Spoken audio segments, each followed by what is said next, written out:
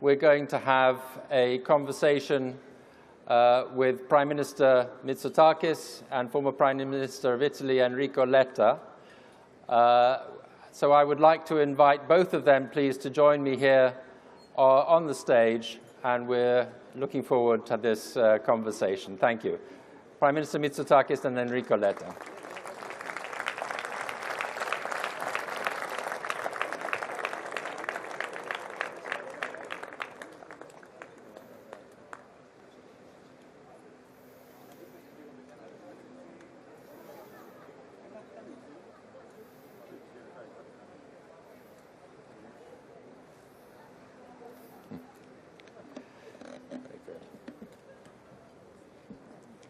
Putting me in the middle.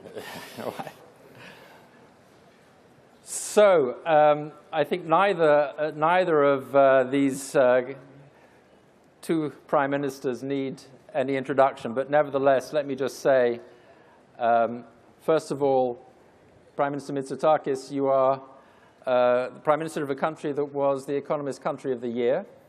Thank you very much. Last year, so that has to be a good thing.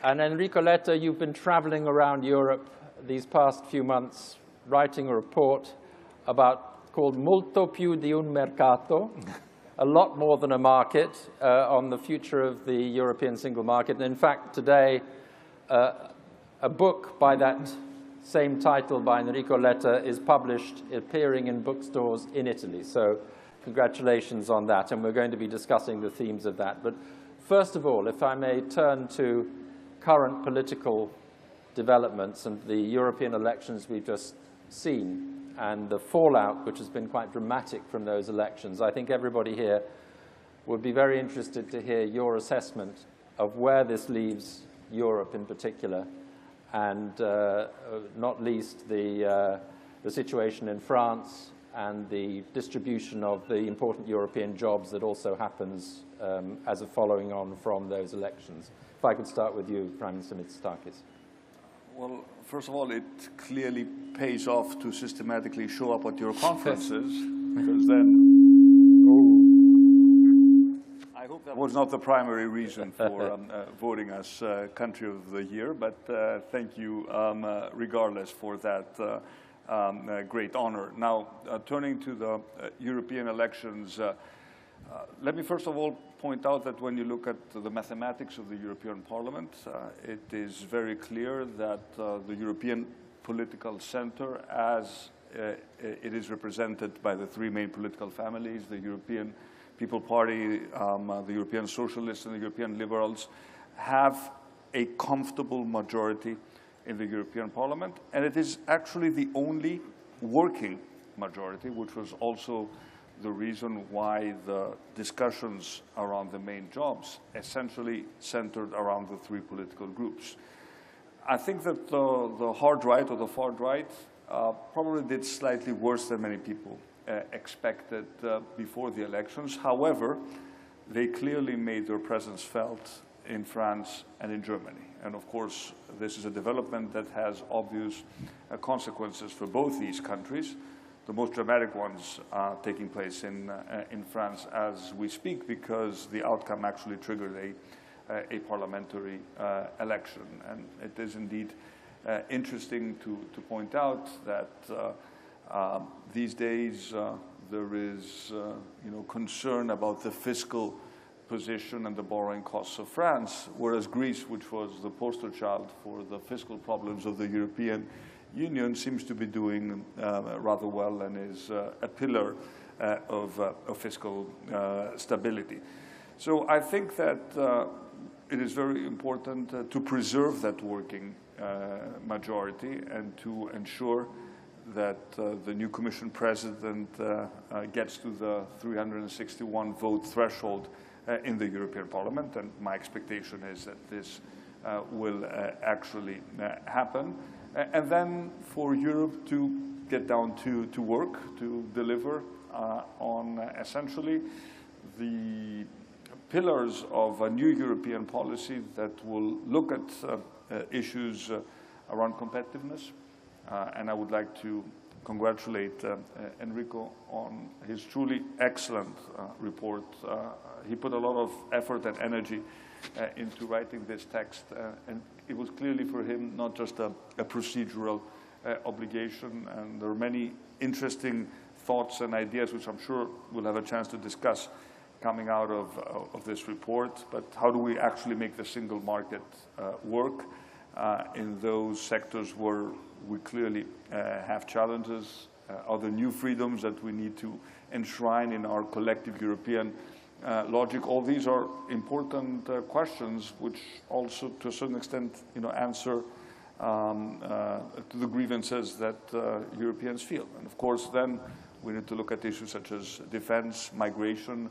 These are topics which will feature prominently in the next European cycle. But I think it is important to get the top jobs out of the way relatively quickly, because there was a lot of drama last time. And I think that the more predictability and speed we have in sorting out, the remaining, confirming Ursula von der Leyen and then, confirming the rest of the Commission, the better it will be for Europe. Can I ask you, I want to come to you, Enrico, in a moment, but can I ask you for a brief reflection on the results here in Greece of the European elections and what conclusions you drew from that? Look, the one conclusion is that your democracy remains the one dominant political force in Greece. The second or the third party, if you add up the percentages, they're under the percentage that we got. Clearly, we had set a target at the election result of the 2019 election. We did not get to 33%. And I think there are various reasons for that, which I take very, very seriously. It's not just, a fatigue with consecutive elections. I'm sure that played a part. We had very high levels of abstention, but I'm sure there were also citizens that decided to use the European elections to send us a message concerned with the cost of living.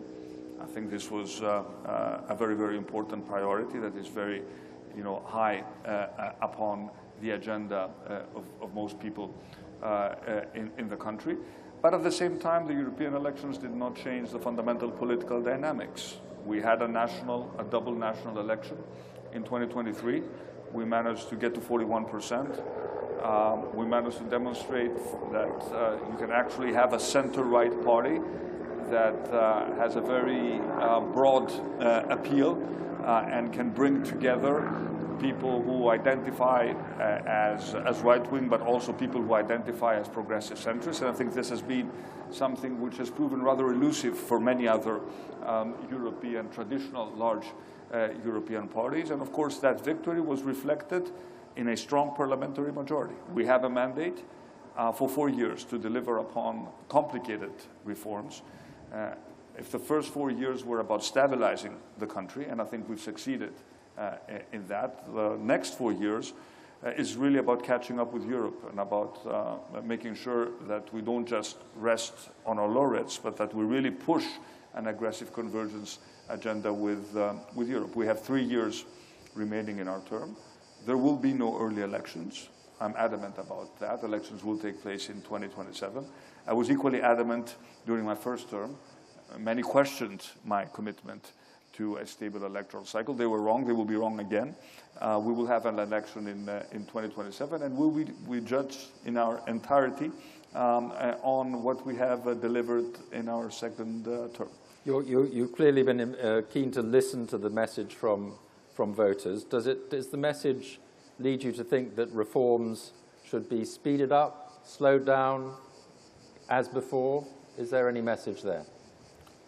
I'm a committed reformist, and even if reforms sometimes, ruffle feathers, that is the nature of the reform agenda. But we received a mandate for these reforms. For example, if we go, after tax evasion, as we committed to do in our electoral manifesto. I'm sure some people may be disappointed with that, but at the end of the day, everybody recognizes that it is the right thing to do. So for me, the message is very clear: focus on deliverable results.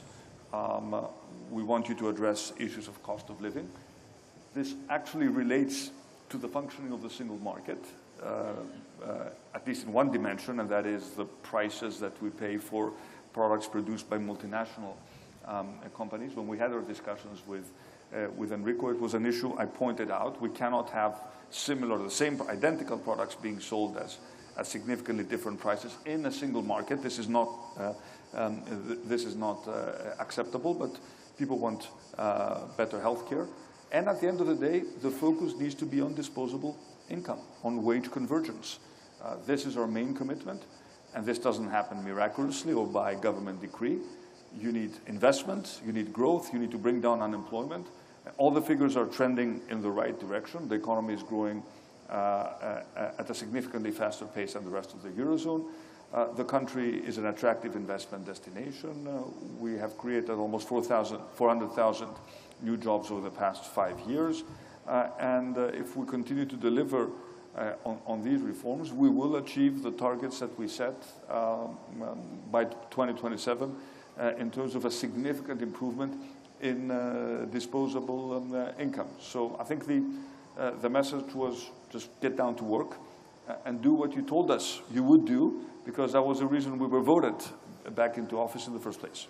Enrico Letta, I want to come in a moment to your report, but first I'd be very, and I'm sure everybody here would be keen to know your reflections on the European elections in Italy, first of all, but also because you've lived a lot of your life in recent years in France, so you'll be a keen observer of French politics. So what do you take from this?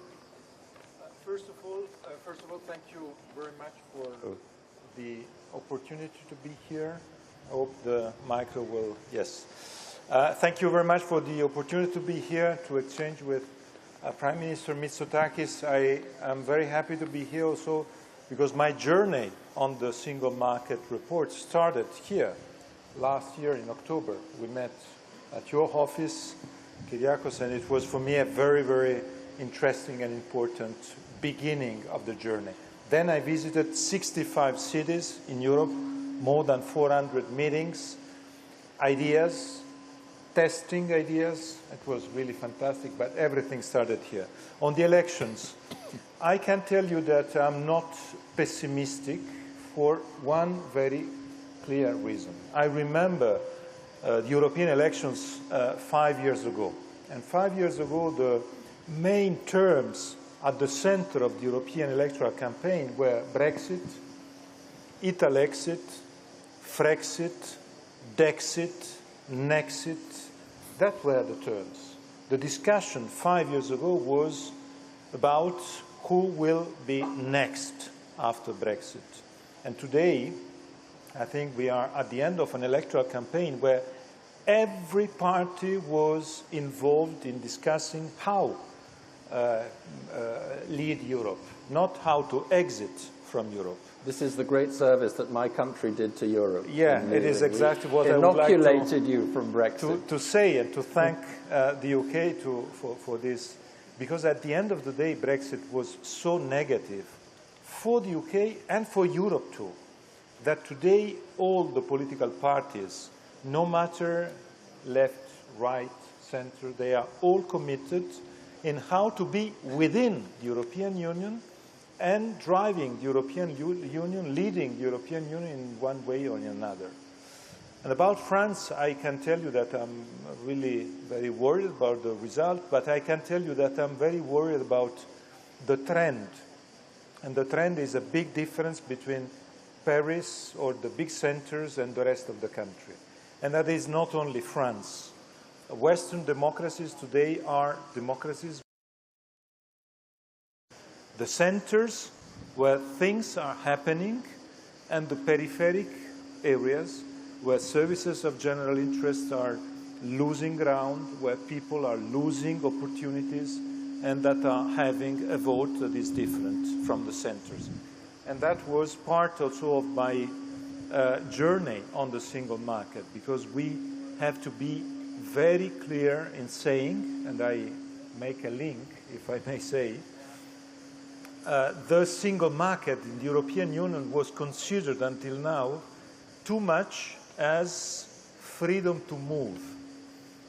so too much considered as opportunities for those who want to move, for those who want to leave their country or those speaking more languages. And in reality, the European Union is not only for those who want to move. The European Union is for all. This is why I wanted to say the single market is not only freedom to move, it's also freedom to stay.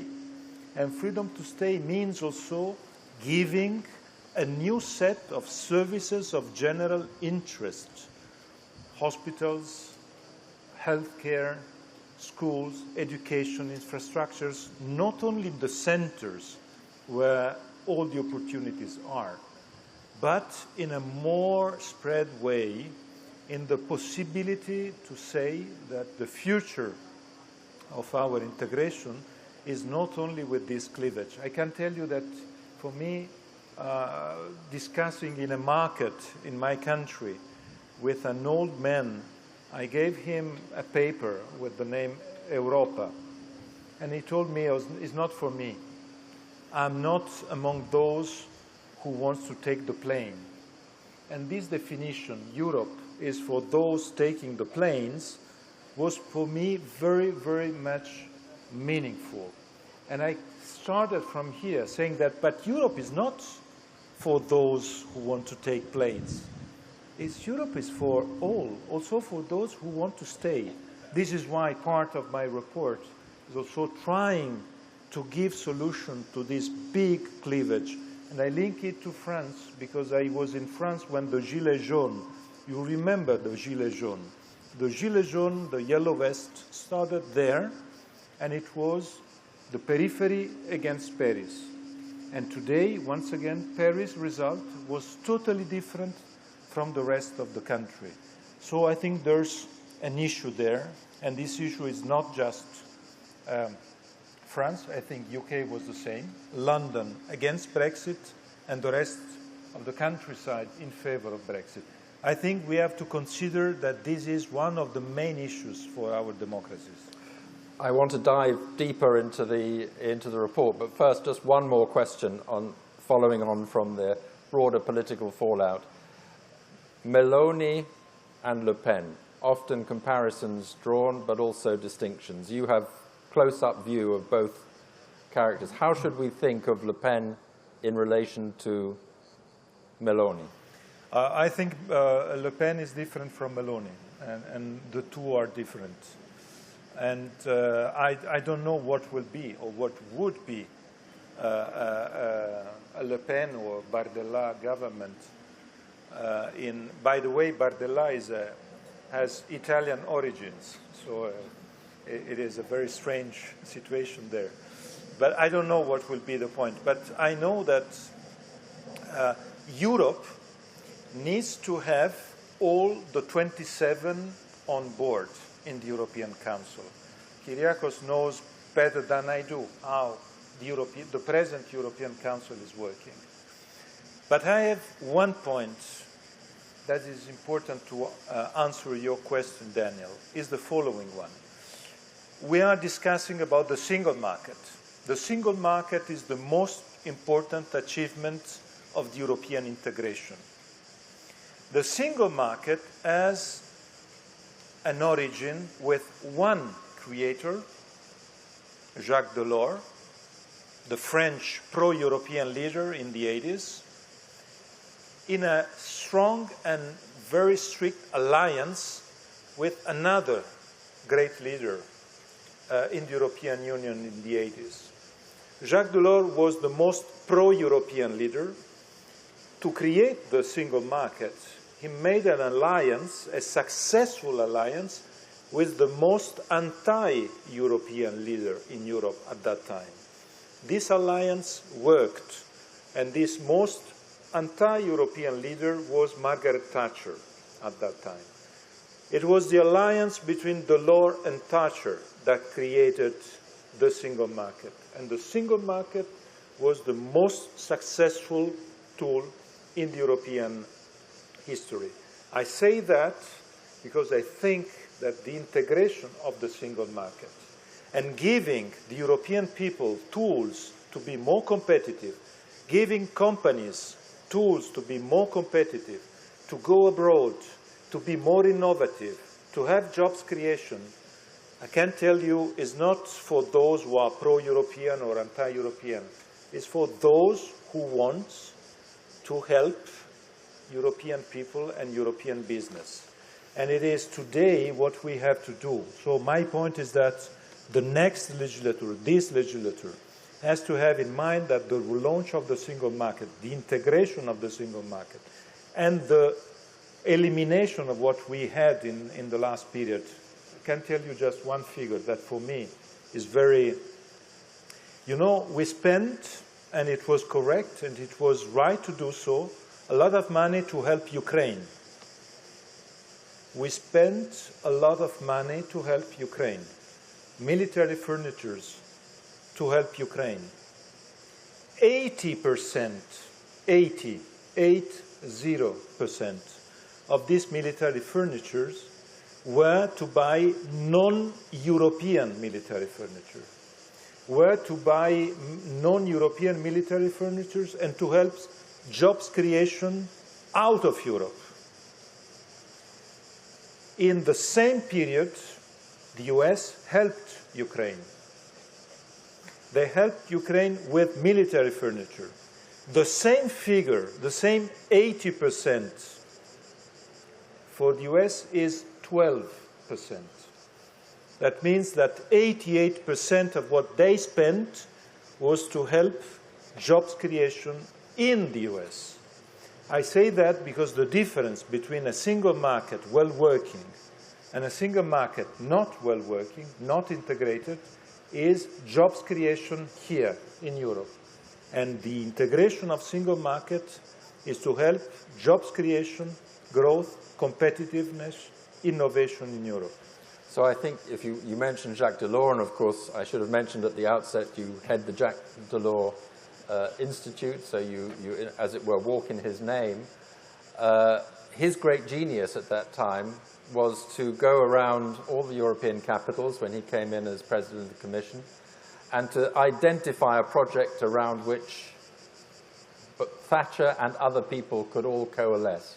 So to Kyriakos Mitsotakis, I would ask, do you see the possibility in Europe today, with all the difficulties that Europe faces, the will and the potential to coalesce in a similar way around a project to really launch European momentum in a new way?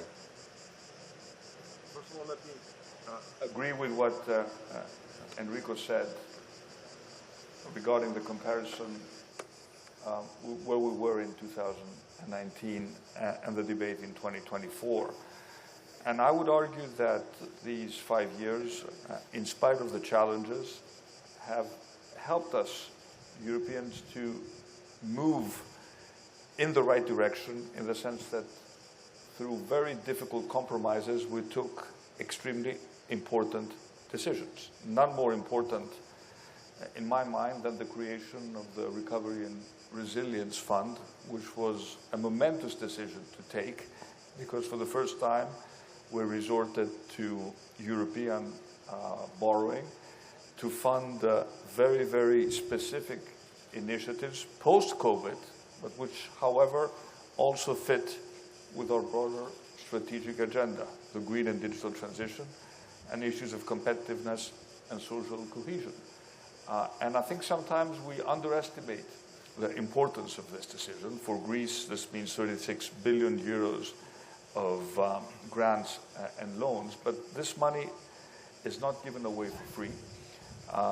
There is very strict conditionality, a clear connection to the reforms we need to implement, and I think a tight methodology that gives comfort to those countries that were more skeptical about this decision, that the money is indeed well spent. Why am I raising this issue? Because if you look at the goals that we have set as a European Union, the green transition, the digital transition, issues around competitiveness and social cohesion, what you mentioned, I think is extremely important. And this right to stay is indeed, a very powerful notion that goes against the idea that Europe is only for the metropolitan elites who can travel from one country to the other. Defense, and whether we can do something meaningful at the European level around defense. So when you look at our ambitions and our financial firepower, it seems to me that there is a misalignment. So the challenge is, how do we mobilize more public and private capital to achieve these important goals that we have set?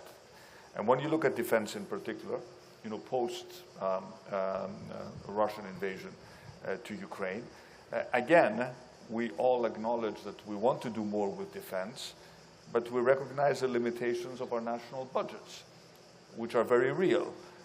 And Greece is a country which has systematically exceeded the 2% threshold of defense spending as a percentage of GDP, unlike other countries which for decades took advantage of the peace dividend and diverted this additional spending into other directions. We did not have the luxury to do that. But if we really want to be serious about defense, we also need to identify European projects with European technology that serve common European goals. And that is why I proposed with Prime Minister Tusk this idea of a common European defense shield, yes, which would be funded from joint European borrowing. And, you know, sometimes I hear, you know, the skeptics saying, okay, this is not exactly within the scope of the treaties, but at the same time, this is exactly what we're doing with Ukraine.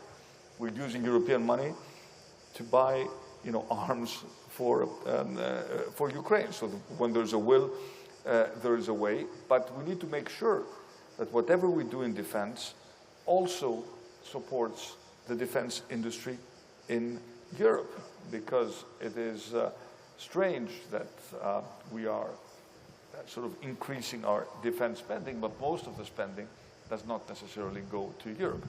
It goes to the US. And the same, of course, is true when you look at our capital markets.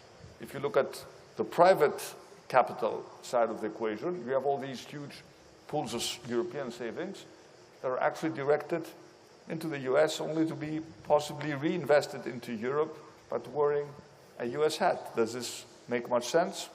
Probably no. That is why the whole discussion around capital markets union, which was also highlighted by Enrico in his report, is so meaningful and so important. So the idea of whether we will have, to put it very simply, a second RRF post-2026, and what would that mean? How would this tie into the structural funds and the common agricultural policy, which are pillars of the European budget?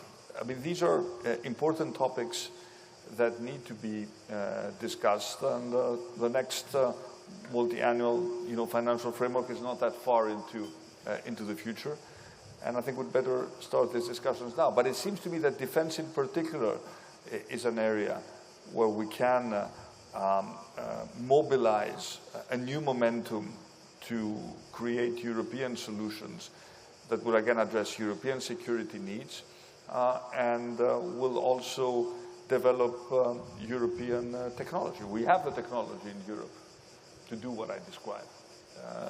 And it's also spread out amongst many European countries. And of course, because we will find ourselves at the NATO summit in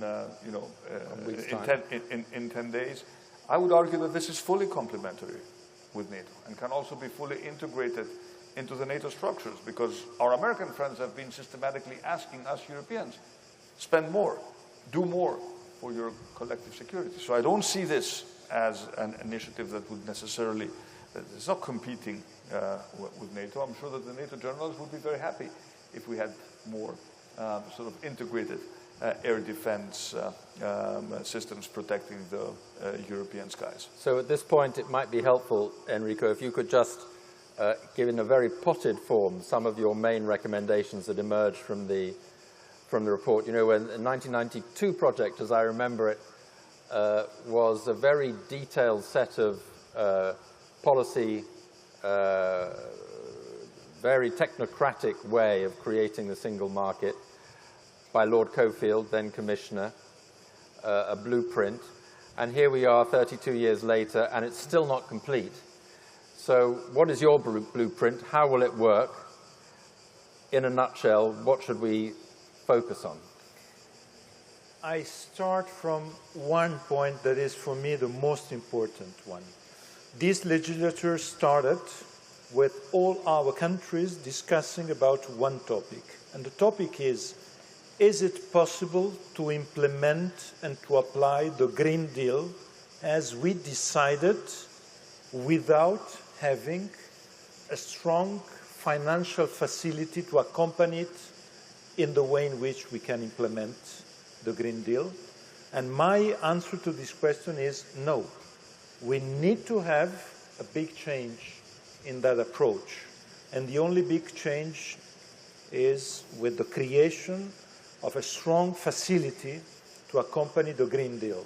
And I can tell you that going around Europe, it was for me very important to see that the protests, the worries, were not just in one country or in another country. Farmers were protesting everywhere. What was the main argument of the protest? It was, you decided to go green, you, the European leaders. You decided to say that it will cost a lot, because we said 650 billion euros per year, and you didn't say anything on how to cover this cost. So I, as farmer, I think I will pay for it, and I don't want. And I can tell you that this discourse that I heard in Warsaw, and I heard in France, I heard in my country, I heard in the Netherlands, it is exactly the same discourse that I heard from trade union of automotive industry workers. They told me exactly the same. You decided to change in 35, but you didn't say how to accompany these changes. So if we are not able to tell clearly how to accompany in a financial way these changes, I think I will pay for it as worker, as SME, as a big company. This is why I think the main question, Kyriakos, for you, the 27, and for the Commission, and for Ursula von der Leyen and the European Parliament will be to be clearly able to answer this question, to say we are able to finance for the next years this big challenge of the green, digital and just transition. And how to do so? The only way is to combine private and public money. And to combine private and public money, we need what you said about the integration of financial markets, the figure of what you said, our savings leaving Europe and to go to the US, the European Central Bank underlined this figure is 300 billion euros per year of savings of European families, European companies going to the US, because the US market is more integrated, more attractive, more innovative. I can tell you that NASDAQ, just NASDAQ, is all the European stock exchanges together plus 50% in terms of dimension. It is clear that the attractiveness is there. And so we are not attractive. And the second big point is that we are not attractive because we are not innovative enough. The other big part of my journey was meeting young start-uppers. I met them in Estonia, I met them in Portugal, I met them in Belgium and in my country. And they told me all the same thing. And the same thing was, my dream is to go to the US. I want my dream financed. I want to scale up. I need an environment that is good for the realization of my dream. And I can tell you that we need to create the right environment. This is why the second big message for me You know, the single market is also known as the market of the 4 freedoms. The freedom of movement of goods, services, capitals, and persons. If you think a little bit to the 4, it looks like the economy of the 20th century. Goods, services, capitals, and persons. We miss something that is crucial today, the intangible in the economy. So the big need, and this is the flagship of maybe the flagship of my report, I propose to the European leaders to say now we have to raise the 5th freedom, freedom of movement of innovation, knowledge, research, skills, to try to give an answer to all these young start-uppers, to tell them you can stay here to become reality your dreams.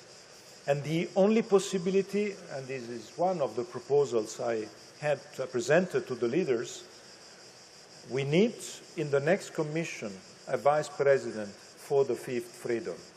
Because the 5th freedom, innovation, knowledge, skills, research, has to be one of the most important driving forces for Europe in the next years.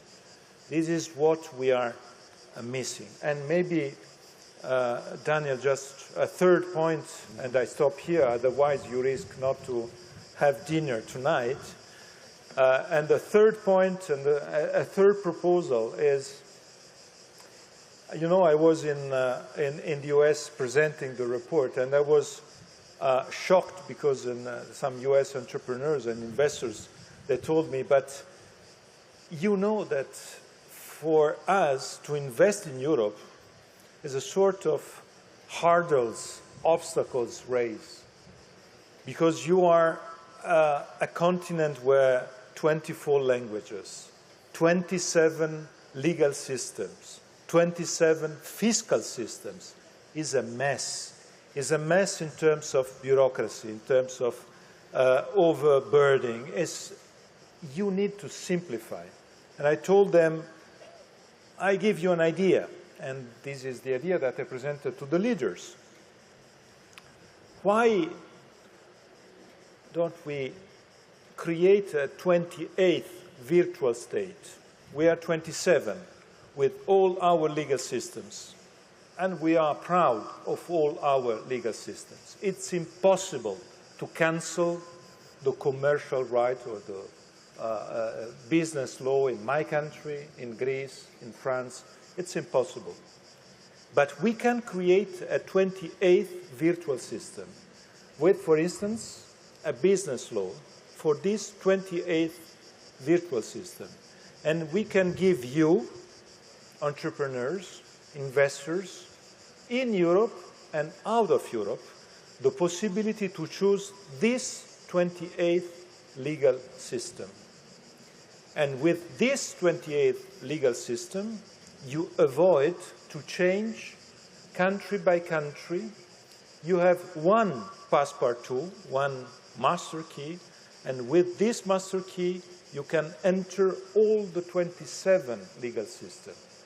It is the way to simplify, to avoid all these bureaucratic burdens, is the way to create the possibility for investors out of Europe to come to Europe in a simplified system, and all of us, SMEs first, to be able to work without being obliged to have a legal system, a legal office with 50 people advising you on how to change legal system from Italy to France or from Spain to Portugal.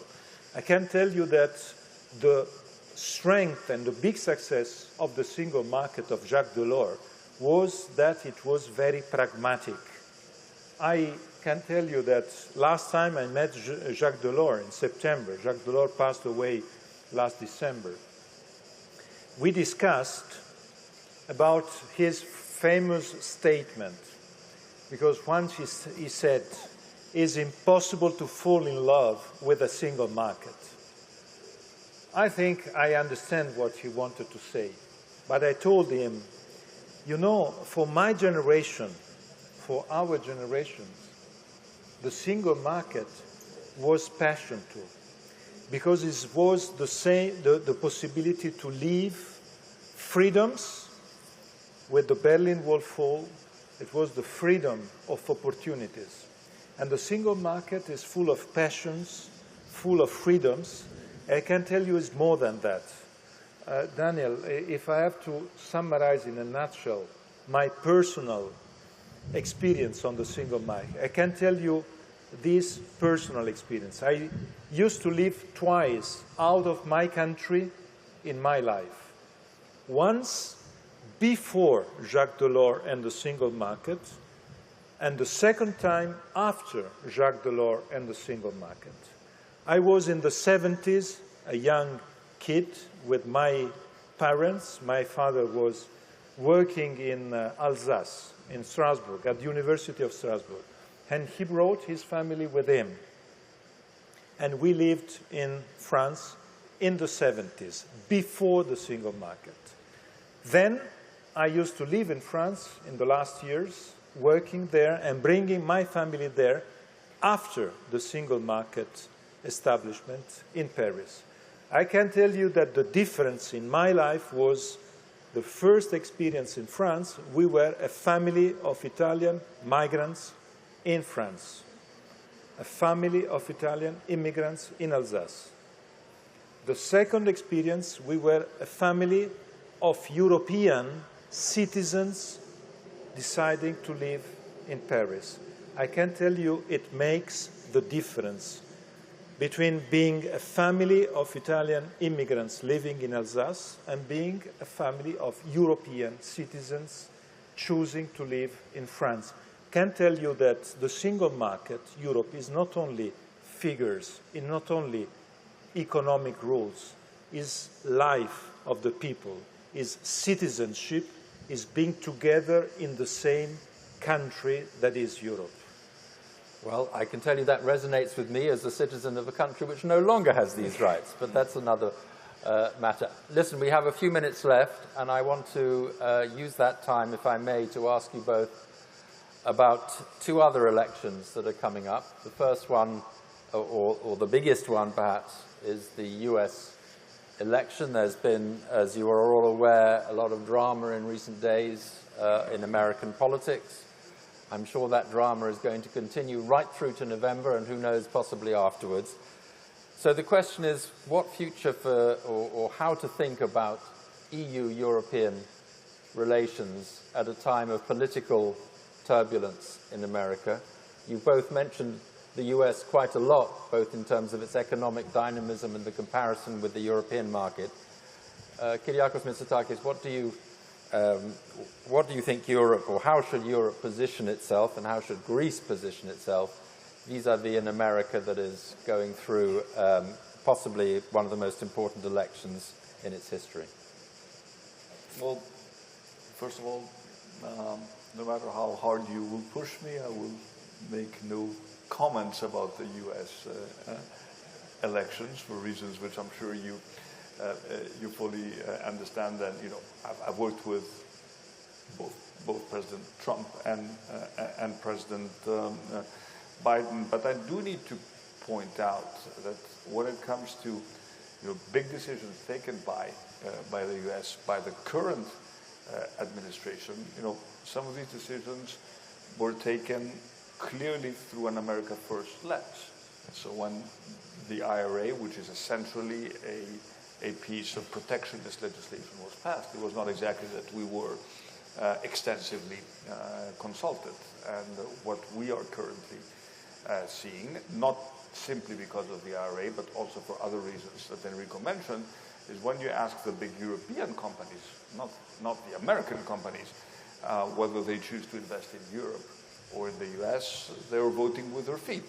And this in itself is an indication that we actually have a serious problem. So I don't expect this to drastically, this approach to drastically change. The question is, how quickly can we adapt to this new reality, especially when it comes, for example, to the green transition?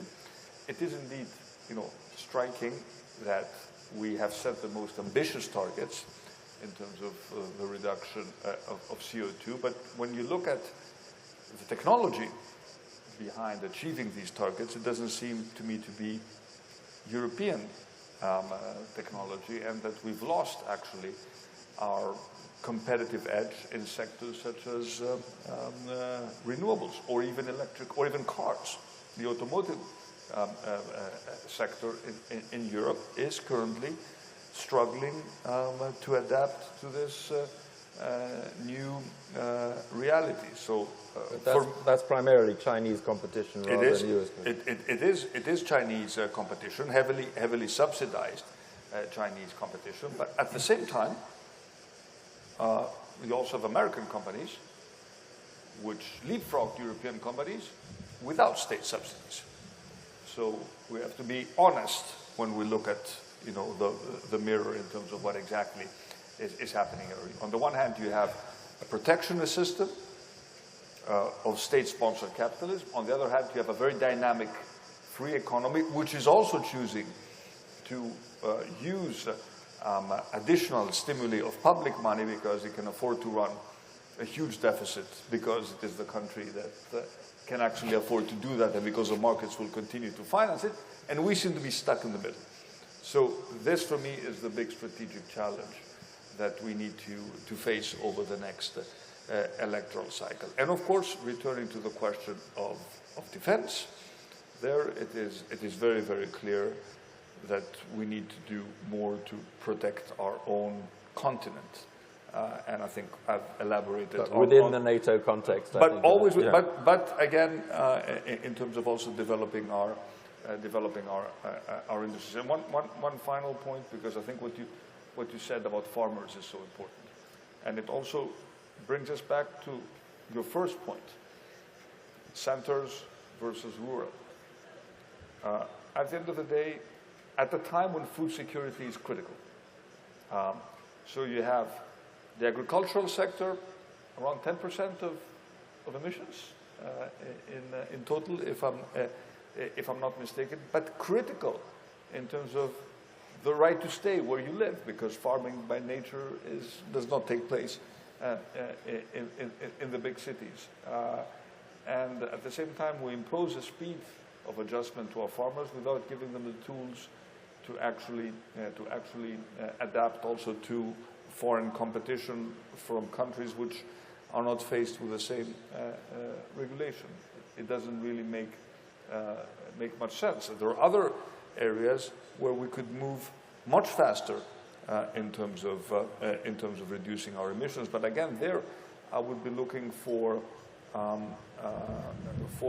sort of homegrown European technology to be developed. Let me give you another example: nuclear energy. Europe was and still is a leader in nuclear technology. There's no way we can do. There is no way, and Greece is not a country that has nuclear energy. There is no way that we will reach carbon neutrality without nuclear. Are we investing as Europeans in the next sort of generation of small nuclear reactors? Have we really placed our chips where we should in this green transition, at least identifying, 3, 4 critical industries? Are we investing in our interconnections to the extent that we should? When it's blowing in the North Sea, it may be sunny in Greece, but there is no way you can make renewables work unless you have a very sophisticated interconnection grid. So I think we at least need to get our priorities right and try to be real champions where we can be, and maybe acknowledge the fact that maybe we will never be as competitive as China when it comes to the production of commodities such as photovoltaic panels. Enrico Letta, a word from you on US-European relations in the light of your report. I decided to end the report in the last page. There's the proposal of opening the discussion about a transatlantic single market. And I think it's time to have this discussion. I know that you can be a little bit skeptical on the feasibility of that. But if you think the rationale today brings there to say we need to have a more integrated transatlantic single market, the way in which we are, I would say, fighting with different systems without understanding each other, I think it's not the right way to stay in the world of today. But it's a word of today is a word full of challenges for all of us. So I think, and I pledge for, I strongly, I would say, claim for the need for a transatlantic discussion on a transatlantic single market. I can tell you that this point is essential. I don't know who will be the leader of the US in the next 4 years. I can tell you that I was suffering last night. I was suffering. I can tell you because I'm always supporting the Democrats in the US, and I was suffering last night. I can tell you that we need, in any way, we need to keep the relationships between the US and the European Union in a very strong way. It is not time for fighting. It is time to be together, and this is my only big point. But can I maybe end up with one point that is for me very important? I would like to pay tribute to this great country. 15 years ago, Greece was the problem of Europe. Today, Greece is at the table where the solutions for Europe are decided. I can tell you this is because of you, because of your great country, and I have to tell you that seeing Prime Minister of Greece at the table with the biggest prime ministers of Europe deciding and taking solutions for the future of Europe 15 years later, for me, is a demonstration that hope for a better future is still there. Thank you. Thank you. And one more.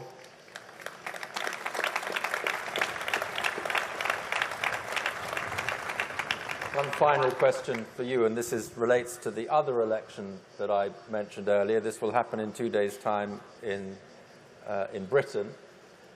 And I wanted to ask you, well, not so very long ago, you were on a visit to London and you happened to mention, I think as is usual, the Parthenon marbles, and Rishi Sunak, Prime Minister, cancelled a meeting with you, which made a lot of headlines in Britain.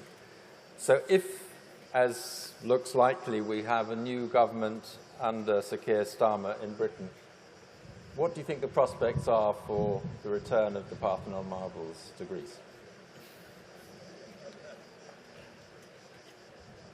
Well, things can only get better, can't they?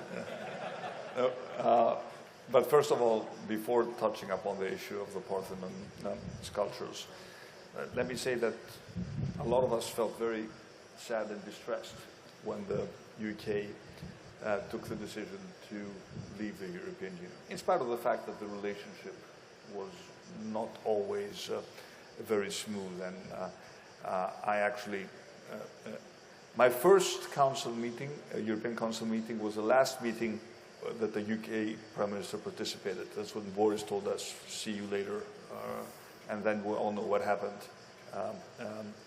what happened since.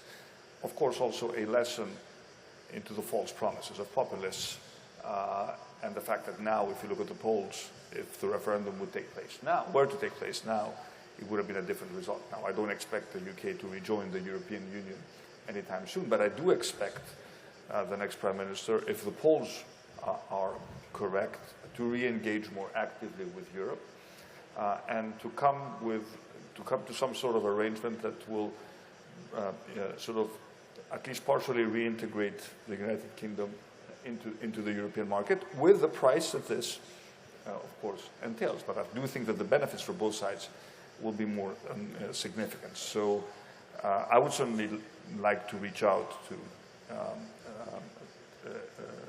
the new UK Prime Minister if that's how things will work out, and to build a more constructive relationship. And then, of course, this could also have positive consequences for what has been sort of I think a Greek mission for many, many years.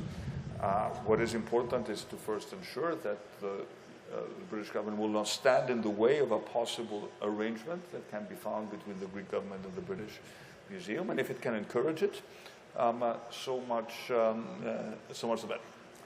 Very good. Well, with that, I think we've probably said enough here, and you should all have your dinner. But I'd like to thank very much both Enrico Letta and Kyriakos Mitsotakis for a very fascinating conversation. Thank you.